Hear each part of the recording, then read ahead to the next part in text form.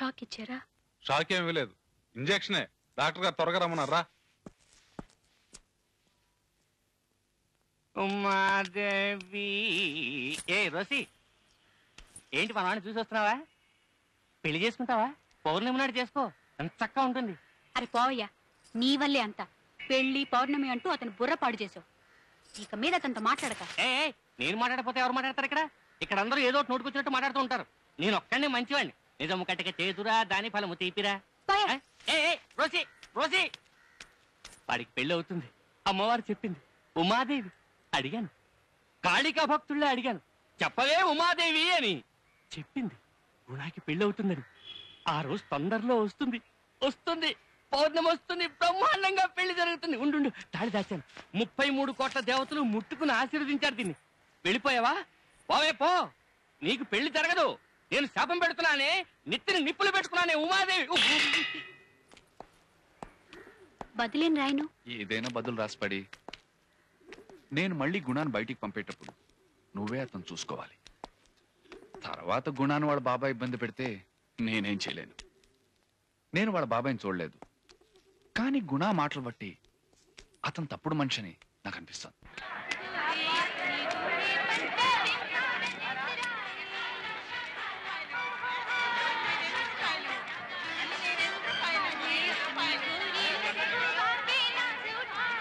ఏ చోకరీ లంబాడియా, కొత్తగా వచ్చావా? నయ్యి आई? ఏ కిतना? 10 रुपया. ఏ 15. ఏ 20. और ఏ అమ్మా దొరికింది. కళ్ళు పోవు దారిలో కాళ్ళు పోవచ్చునా, ఉంటి కాళ్ళు పోవు దారిలో మనసు పోవచ్చునా. కాశీ ఓ 120 కొట్టు. ఏరా అనుమానం, పాన్ తింటున్నావా? ఇది నా పేరు అనుమానం కాదురా, హనుమాన్. కోప్పడకరా నాన్న, ఉండి నిండిపోయింది. అక్కడ హౌస్ఫుల్ అయితే మనకెలా వస్తుందిరా? వస్తుంది, సందులో 10 పైసలు కూడా దూరడం లేదు.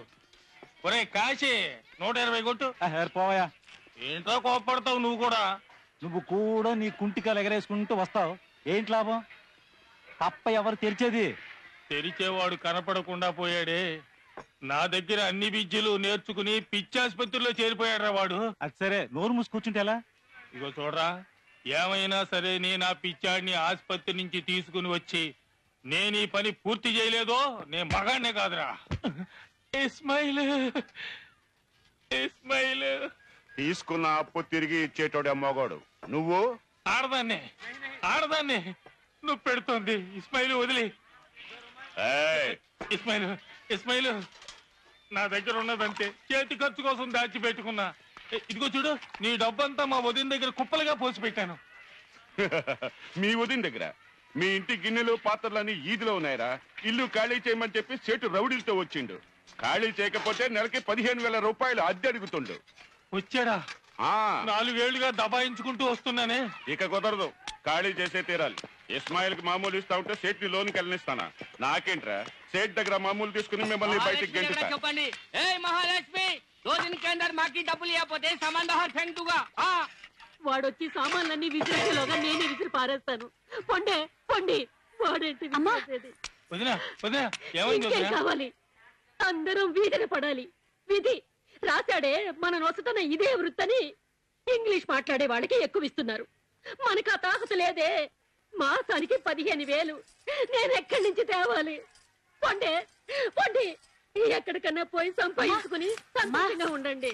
మేమెక్కడికి వెళ్ళమమ్మా, కాసేపు ఊరుకో. వద్దినా, నా ప్రాణం ఉన్నంత వరకు నీ కోసం నేను పోరాడతాను. పోరాడే మోహన్ చూడు. రోజీ, సేటి దగ్గర వేరే మాదిరిగా మాట్లాడేవా? అరే పోయా, దానివల్ల పని జరగలేదు. వాడికి డబ్బులే ముఖ్యం, కన్నెత్తి కూడా చూడలేదు. అయ్యో దేవుడా, నాకెందుకయ్యా ఇలాంటి శిక్ష వేసావు? మొగుడు సరిగ్గా లేడు, బిడ్డ సరిగ్గా లేడు. నేనున్నాను కదా వదినా, నీకు ఏదో ఒక ఐడియా రాకుండా పోతుందంటావా? వద్దురా బాబు, నీ ఐడియాలు విని నన్ను కూడా జైలుకి వెళ్ళమంటావా పాపాత్ముడా? చూసావా, ఎన్నాళ్ళ నుంచి నేను ఇచ్చిన మంచి ఐడియాల వల్లే కదా మన వృత్తి బ్రహ్మాండంగా జరిగిందే. కంగారు పడకుండా ఆలోచిద్దాం. మనకి మన పని జరగాలి. కోప్పడితే జరుగుతుందా?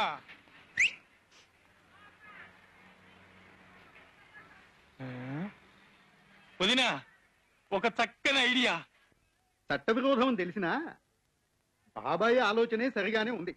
ఆ తరువాత వాడు చెప్పినట్టు కోర్టు కేసు అని తిరగొచ్చు. మన గుణాన్ని ఆ మార్వడి పార్టీ నమ్మాలే.